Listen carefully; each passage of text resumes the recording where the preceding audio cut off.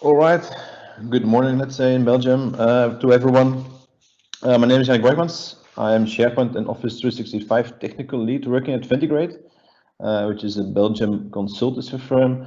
And today I would like to present to you SharePoint Framework State Management. It's my own learnings from doing SharePoint Framework projects the last few years.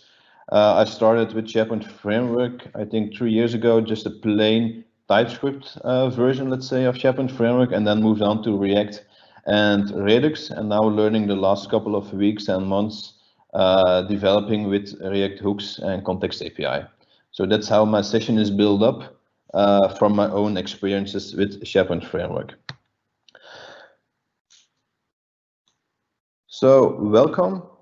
The first slides are from Microsoft Virtual Marathon itself. So the logo has changed. It's not only the SharePoint conference anymore. It's a collaboration conference of Microsoft 365 with Microsoft Teams, SharePoint, and of course the Power Platform.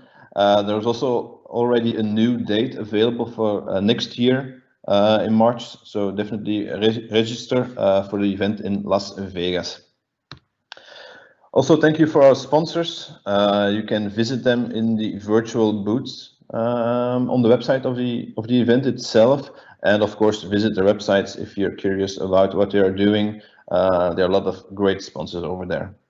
So again, let me introduce myself. So I'm Yannick Borghmans. I'm from Belgium. I live near Antwerp, if you're familiar with Belgium.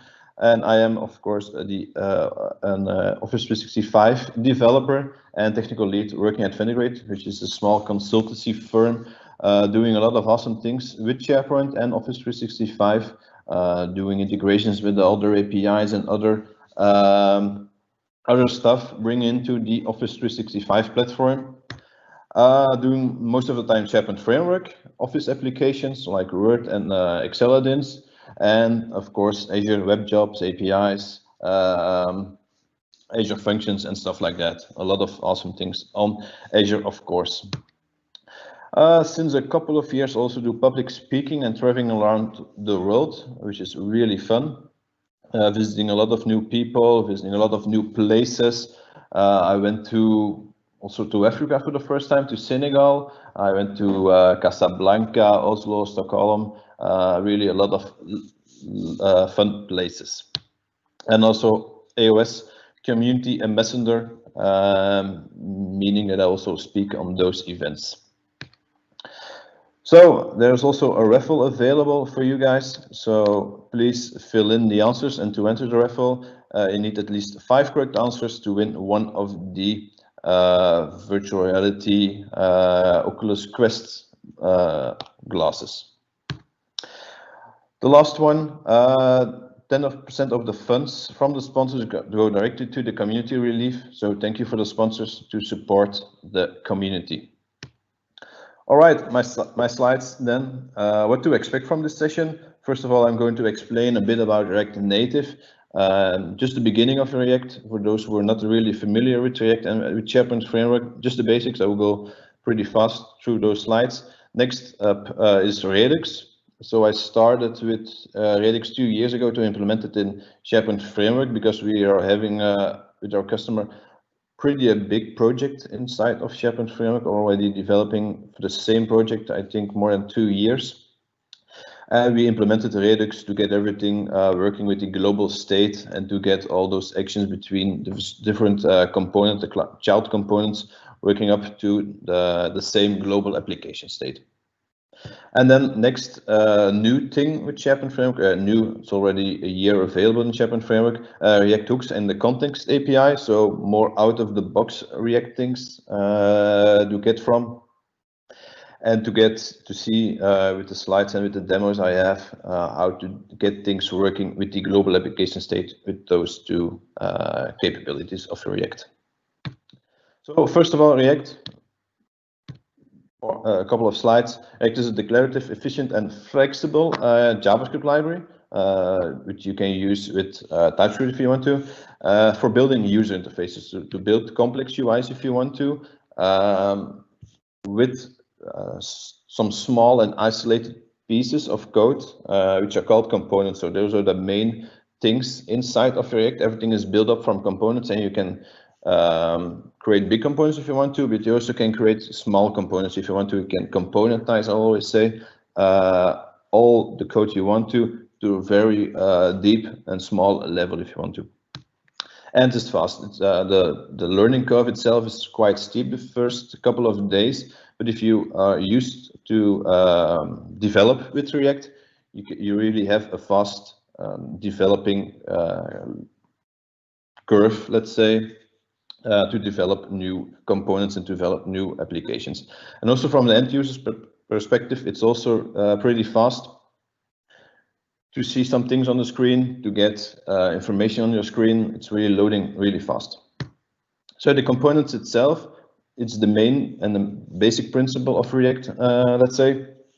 I got an example over here, which is the session list. It's a basic default component class with this, the required function of rendering. So every component needs to render something on your screen, and this component will just simply render an unordered list with 5 list items, each with a specific text inside of it.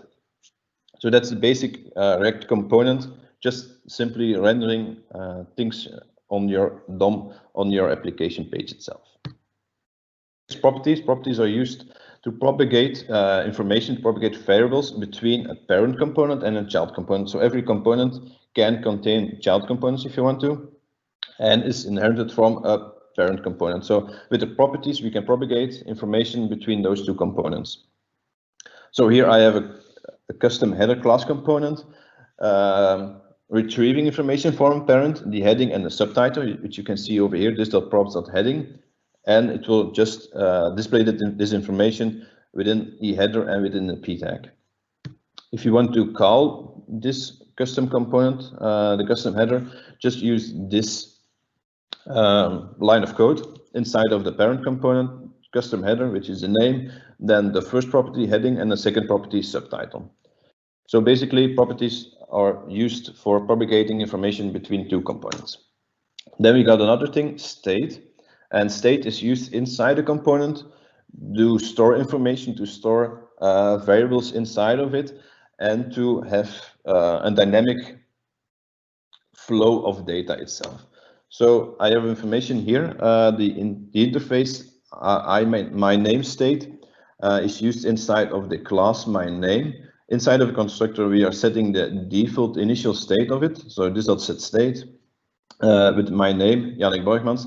And inside of the render, we will use this state .name to display it inside of this component. So we got the properties propagating from between two components, and state is just inside a component. I have a couple of demos available, and that I will display during this session, and also explain it there, what is used for the state. So React prop state do similar things. They are used, but they are used in different ways. So they are used for store of data and for variables. But the problem, most of your components will be stateless, as they are only displaying information, displaying properties. So props used to pass data from a parent to the child. Immutable, so they won't be changed inside of a component, and the state is for mutable data, so you would change your data inside of a component itself. For example, I also have the example available inside of an input form. So the user inputs 2 text fields, and on change of a text field, you will already update your local state with the new information. For example, the speaker title or the title of the session. The flow, properties, parent, child, and then the state is inside of a component, so that's more a graphical way of displaying the data flow inside of React Native, so not using React hooks or Redux or stuff like that, just plain out of the box React. My example for my demos, because I'm using this example all over my demos again to get everything sorted out. First, I got my web part available, which is connecting to an API asynchronously to get information from, to get session information from. On the left-hand side, we got the session list itself, which will be displaying different session items. The session list is getting information from the web part. which is the information, of course, of the API. And inside of the session item itself, we got the information which you are displaying is the title, the speaker, and a remove icon. The remove icon is for deleting that line of session item inside of the session list.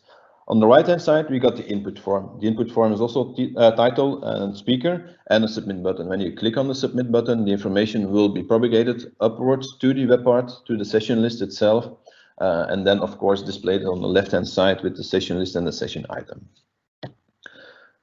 I'm also already using this this diagram and this setup, let's say, for the other demo. So keep in mind web part, session list, and the input form, how everything is sorted out. All right, building a simple React application. I gotta normally see in the correct one. Yes, hopefully it's visible for you guys. So I got the retrieve item. So I got a basic out-of-the-box SharePoint Framework web part, plain React, so not using Redux, not using React hooks or context API, just out-of-the-box SharePoint web part. Within my render method over here, just displaying my header, displaying a session list component, and displaying a form component.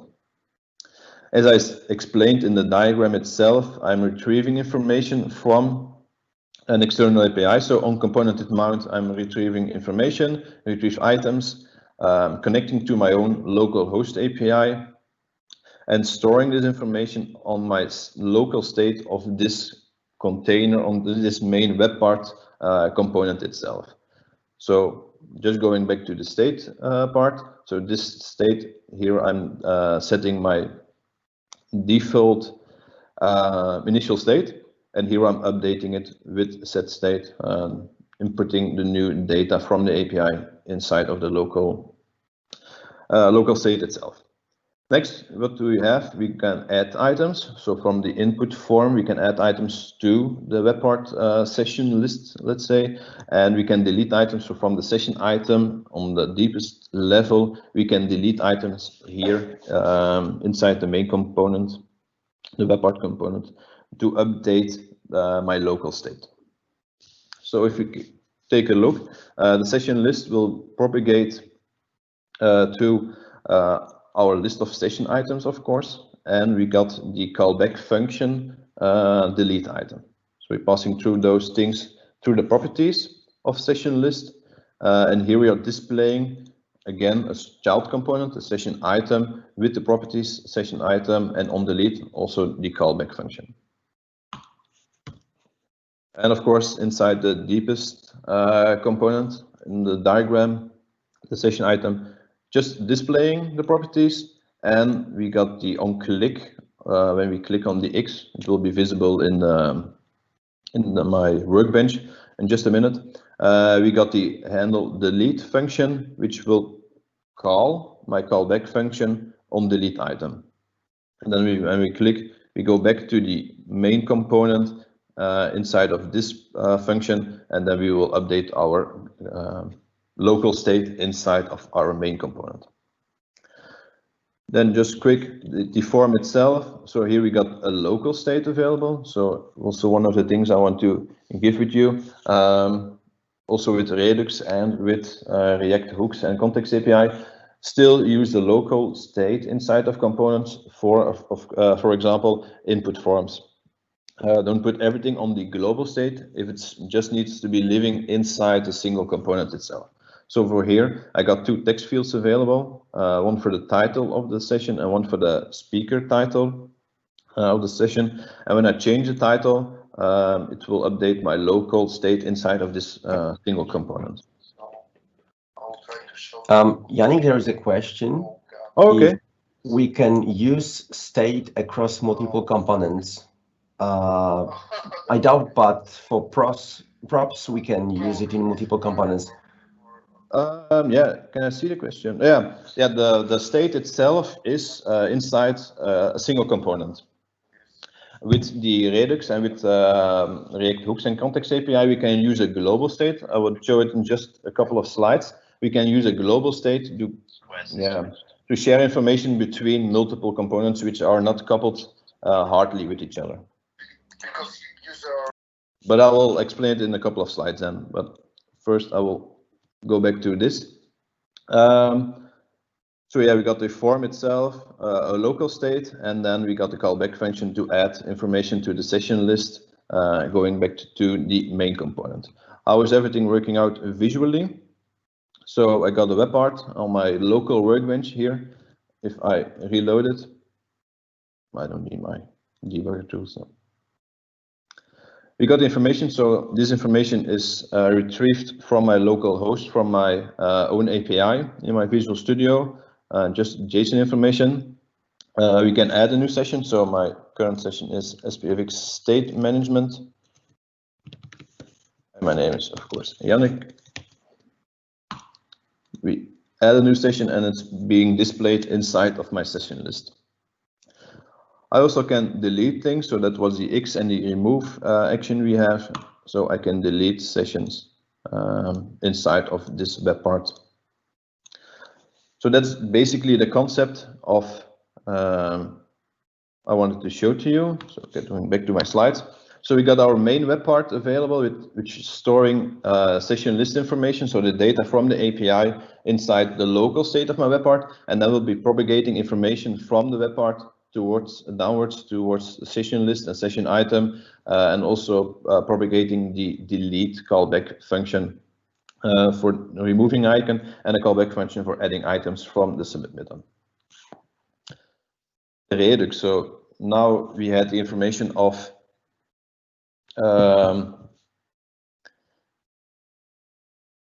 let's say propagating properties between components and having components coupled to each other. With Redux, we can create a global application state and decouple everything, so it's not hardly coupled anymore.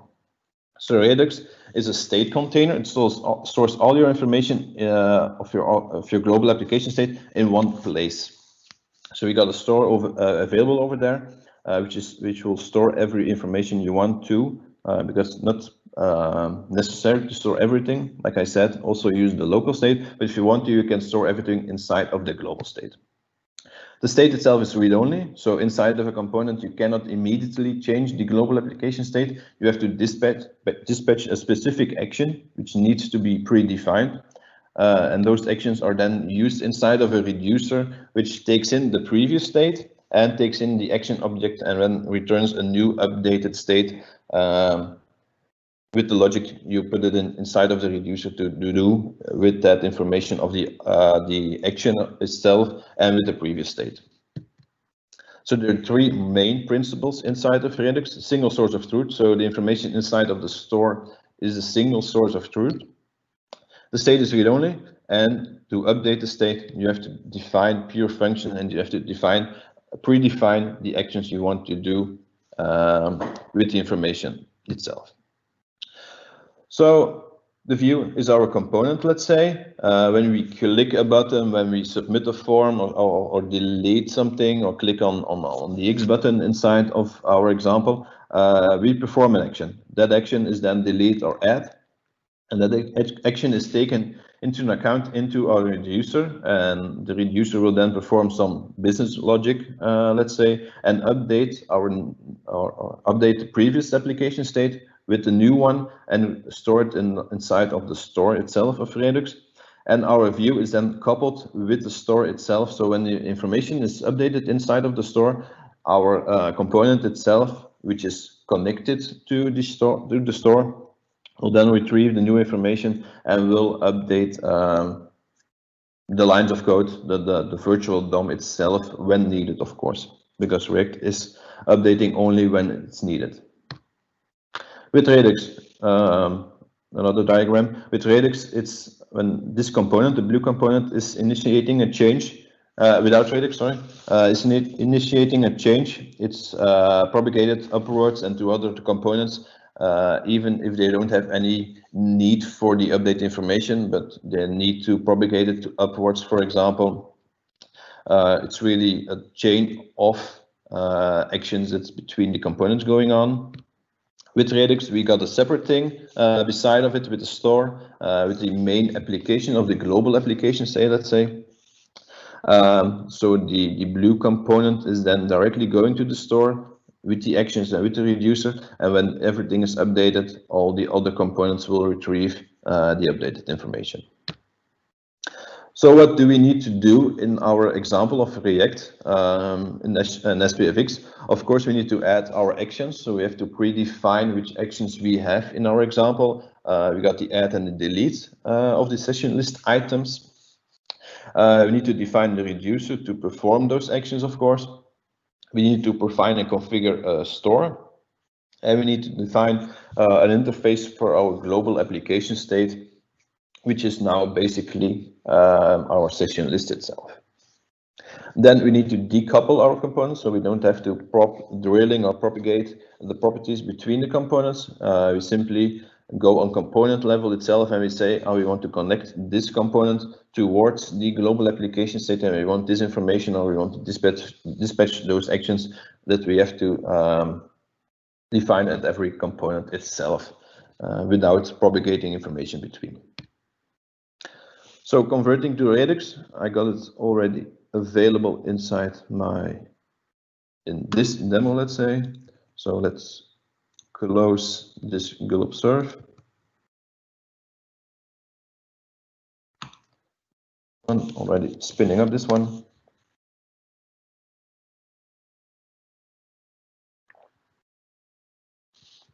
So as you can see, again, we have our main component available, our Redux example webpart.tsx,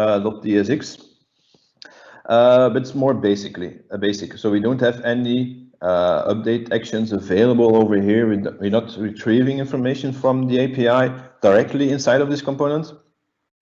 And in the render method, we don't also propagate any information towards the child component. So my session list is just basic session list, and then closing the tag and form, it's the same.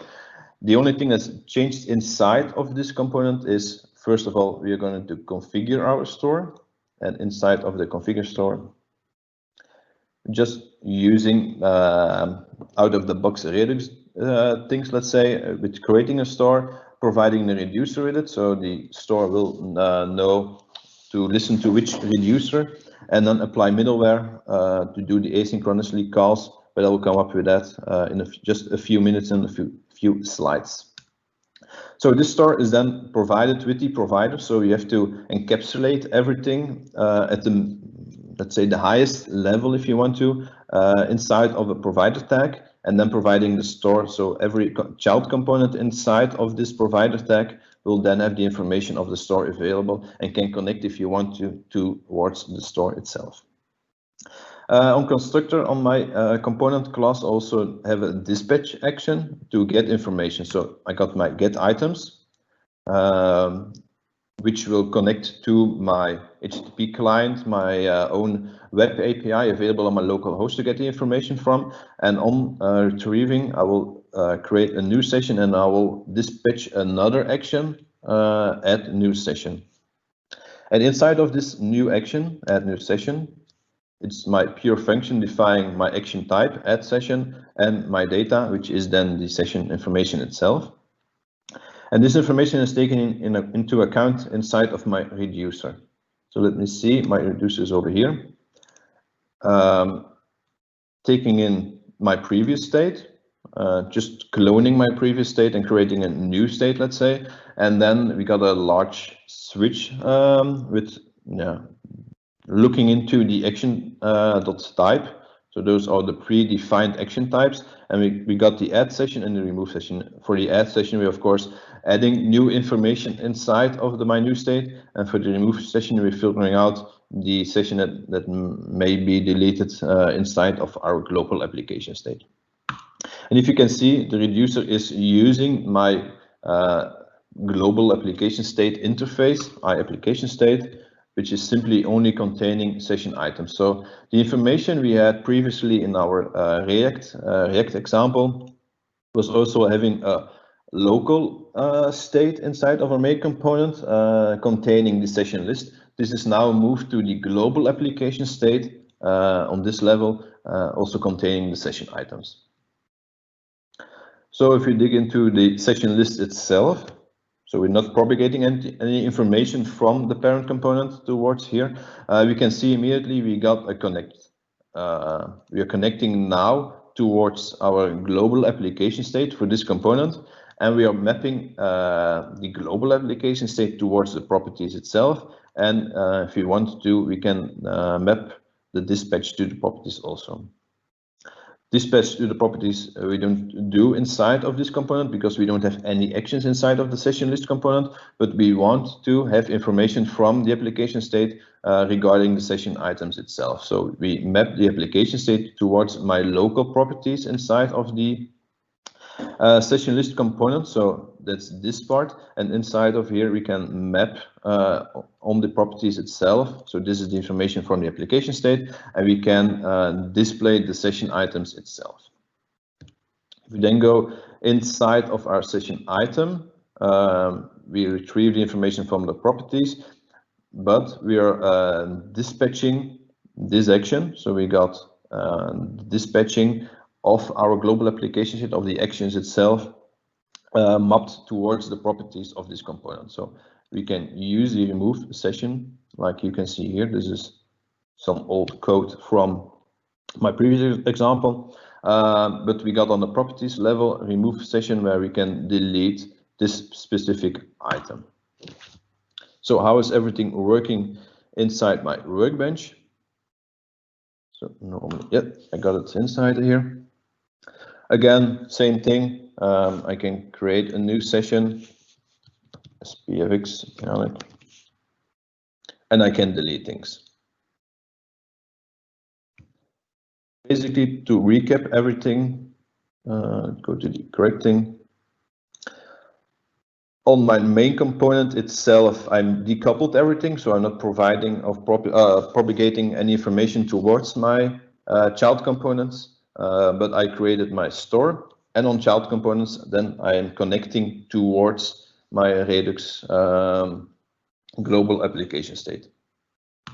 So that's basically everything you need to do. I can also show you the action types itself, but that's just an enum predefining which actions you can have, and then you got the pure functions, which is which is in between the components itself and the reducer, let's say. In this one, go back to the slides. So middleware, as I explained, is used to call your APIs. It provides a third-party extension endpoint between dispatching an action and the moment it reaches a reducer. So inside of your component, you will want to have, for example, information from an external API. Then you dispatch the action of I want to retrieve the information, and between reaching the reducer with, of course, the new information. So I got a GIF available for this one. So inside of our view, we are dispatching an action. The action will go to the middleware. The middleware will call our API. And when the information is retrieved from the API, it will go back to the dispatcher and inside of the reducer to update our global application state. And of course, when our global application state is updated, it will go back to the component to display that information.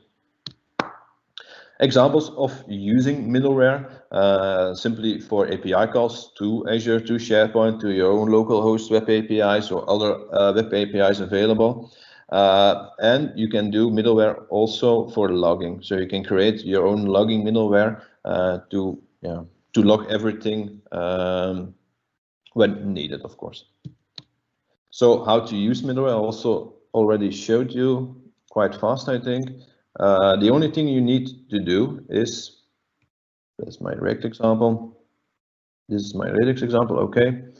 Inside of our configure store, just provide this thing, apply middleware tank. That's the only thing you need to provide to for configuration part. And then from using part, we go to my functions, my async function. So from inside our components, we are calling this getItems function, which will then, of course, connect to my API. And then at the end, we will dispatch a new action, add new session, which will then go to the reducer itself.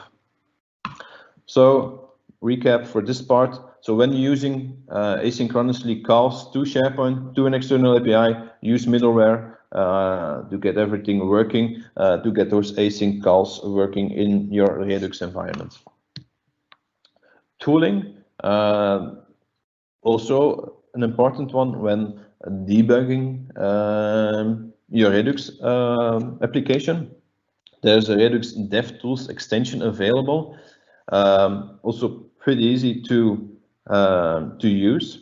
Inside our Create store, we have to compose with DevTools available, which you include with apply middleware, and you can install it by npm install save dev Redux DevTools extension, and then you can time travel between multiple changes actions inside of your application itself.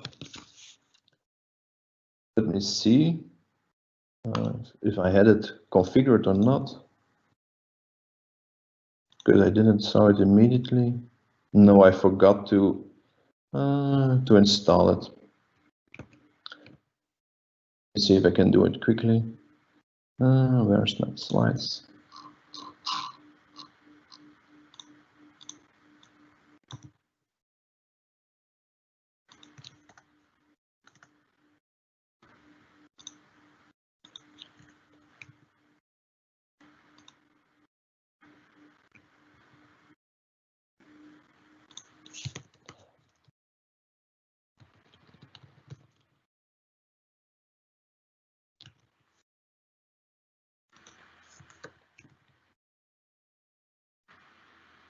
Yeah, npm install will probably take a while. Let's go on with React hooks and context API, because I only have 20 minutes left, I see. So React hooks and context API, it's a new thing, let's say 2 years old for React plain React Native. And is available in SharePoint Framework from the start of SharePoint Framework version 1.8, which is now a year old, I think, March last year, 2019. When we can change the React version and we can change the TypeScript version inside of SharePoint Framework. So since then we can use React hooks. It's backwards compatible. So when you already have a React application or a SharePoint Framework application available and you upgrade it to SharePoint Framework 1.8 or 1.9, of course, of the 10, you can already use it. The only thing you have to do is to convert your class components to functional components, because previously inside of React, when you created the functional component, you weren't able to have a local application, local state available inside of your functional component, but with React hooks, it's available now. So how is a comparison between a class component and a functional component? So inside of a class component, we can have a constructor to set for example, our initial local state. And we got our render function available to, of course, display some DOM elements inside of our application. So what do we have inside of this? So we got our local state available with one variable account, which is displayed inside of our DOM. So you clicked X many times. And when you click on the button, it will do the set state, which will update our local state with the count +1. From a functional component, we don't have a local state available, or we didn't have since React hooks is available. We do have one. How to connect or how to configure it? The first thing you need to do is to create a new const variable with the count and the set count. So the first part is the variable itself, and the second part is the setter for this variable. And then we use the use state, and then between the brackets, the 0 is the initial state for this count variable. If we then go to the render, so that there's no render function available anymore inside of a functional component, we only have to return, so returning a DOM element. And here you can see you clicked, and then between the brackets, the count times. If you click on the button, we don't use the set state anymore. We only use the set count, so the setter from this variable, and then count +1. You can also notice inside of this we got this.state .count. Here we do have only count, so we don't have to use this.state anymore inside of functional components. The use effect, like we used in Redux with the middleware, we need to perform asyncly chronically calls towards, for example, a SharePoint or towards your own APIs. So use effect is the componented mount, componented update, and component will unmount combined. So also for that one, and of course for data fetching, changing the DOM, and setting up subscription. So the lifecycle management of or the lifecycle of your React applications and components is now a bit changed. Inside of functional components, we don't have the componented mount, for example, but we can use the use effect to get or to do the same things if you want to. How is it working inside of our code? So we got here the use effect where we are changing the document.title, so really browser API things we are doing there. And when we click on, or when we click on the set count on the button, this will be updated due to the componented mount, componented update life cycle of React itself. So every time we click, this use effect is enabled. In my own application, or in my own demo, I'll also use it to get information from my external API, from my local host. And then you have to, after this bracket, those curly brackets, you have to provide a new empty array, so you only performs it once on componented mount, and so not on the componented update. So you can have the similar life cycle as in class components with the use effect. Context API, so the hooks are with the use state are only for local things. With the React context API, we do have the capability of do something like, for example, Redux with a global application state. So it's usable for having a global application state inside of your application.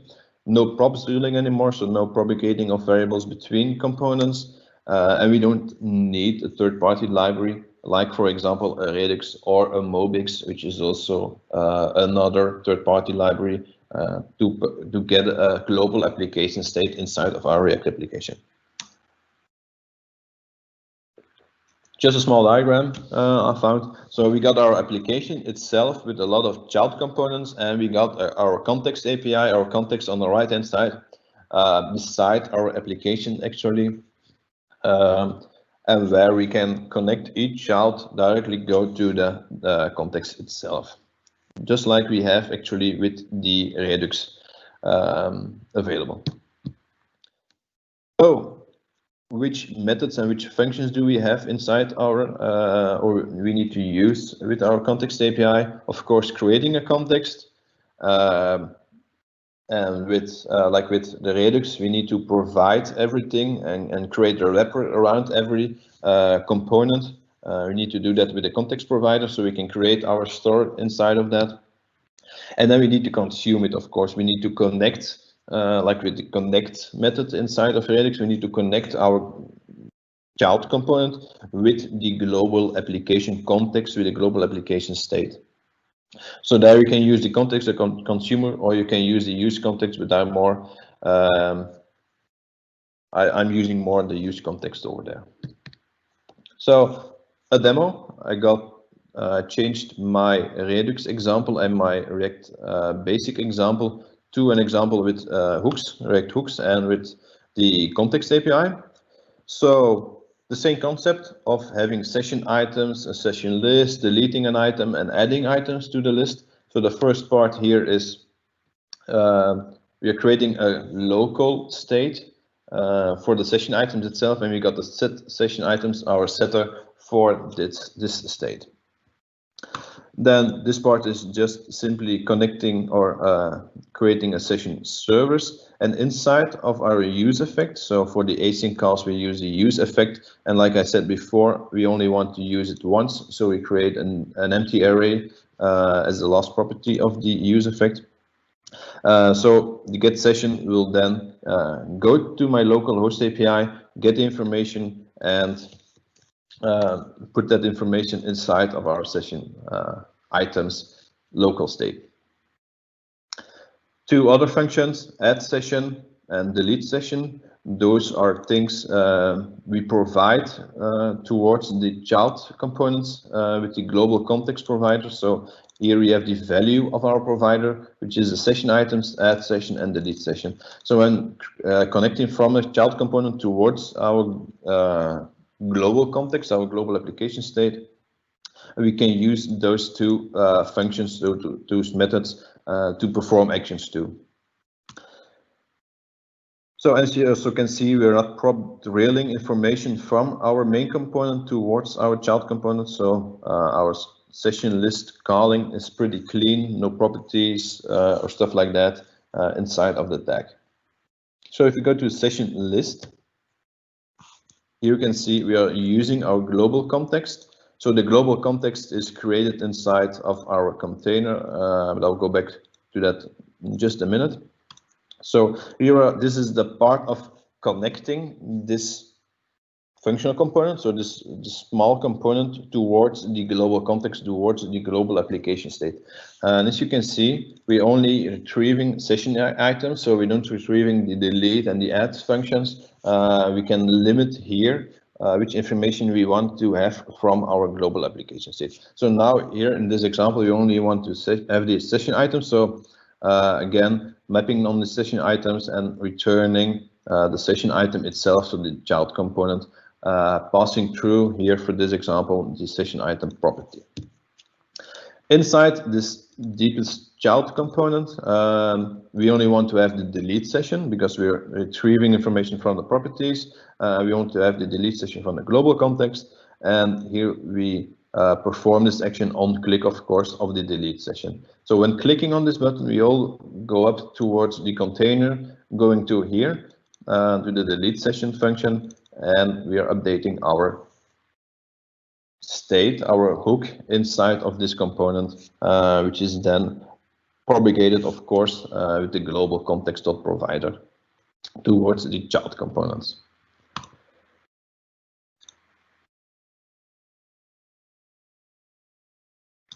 All right, let's show it inside of my local workbench. Hopefully everything is working. Yeah, it seems to be.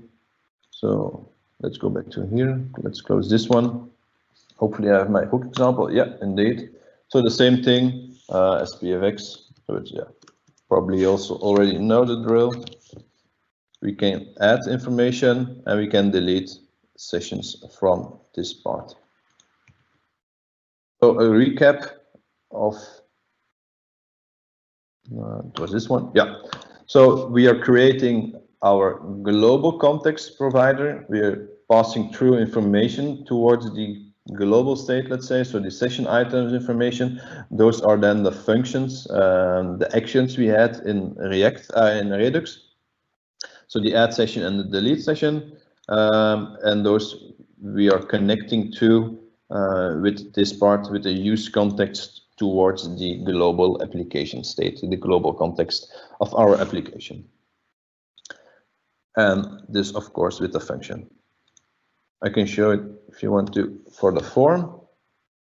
There, oh yeah, I really want to show that to you. Like I said before, use the local state. So we got our global application context available. So the global state with the session list, for example, and with the functions, but we're also using here the local state. So we don't have set state and things like that inside a function component, but we have to use the hooks itself, so the use state, to use the title and the speaker information inside of our text field. So inside of the text field on change, we are going to set the title to the new value, and then we can use this information on the add session part, the add session function of the global context.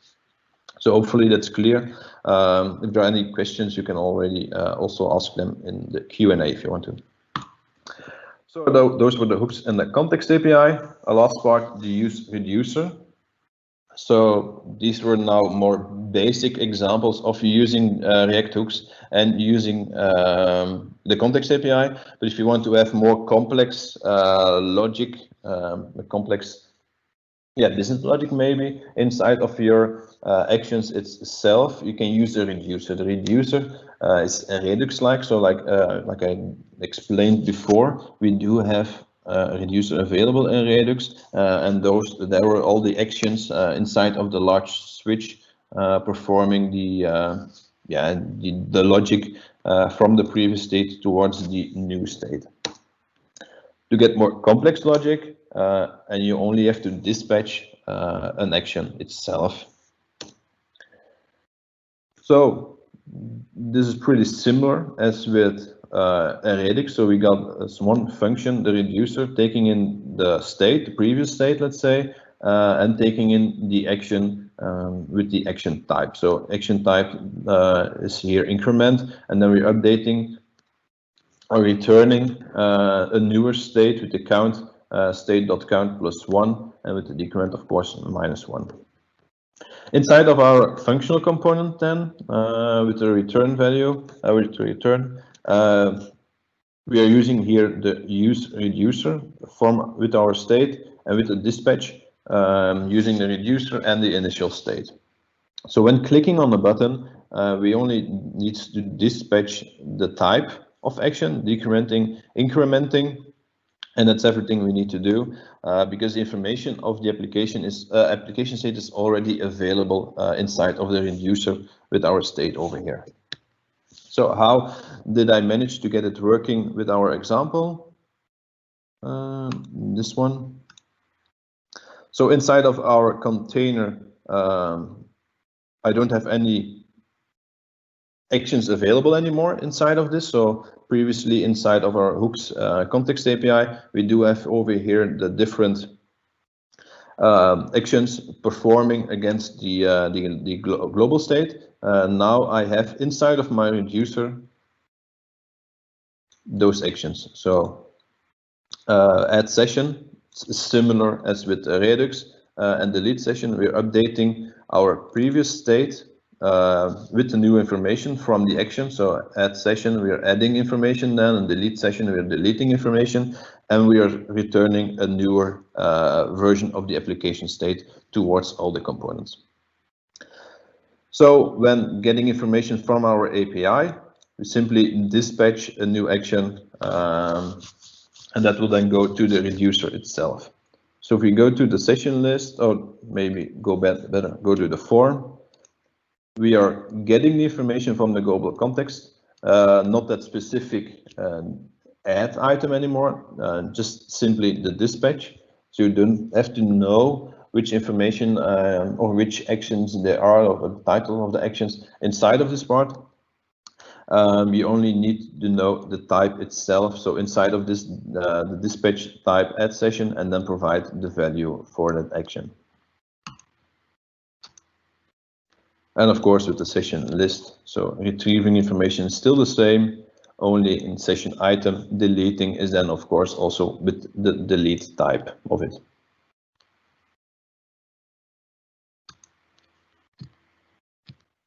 Right, key takeaways for this session. I have 1 minute left, so perfect on timing. The key takeaways for small SharePoint Framework solutions: please don't use Redux. It's a lot of overhead to get everything working fine, creating reducers, creating all those actions and stuff like that, configuring a store. Then you can better use hooks and the context API to get a global application state up and running to propagate information between multiple components. Next, especially in Redux and with the use reducer inside of React itself, split up your actions, so you have more pure actions itself, less business logic or complex logic inside a specific action. Split up those actions, of course. Use the developer tools of Redux if you want to use Redux. Put everything in local state, or put everything in state, and of course use your local state, for example with the input forms. And use middleware for SharePoint API calls or your Azure API calls if you want to retrieve information from an external API. So thank you for your attention. I will monitor the Q&A for a couple of minutes. If you have any questions, feel free to ask. And of course, please fill in your feedback for myself as a speaker, and of course also for the event for the Microsoft Virtual Mentoring.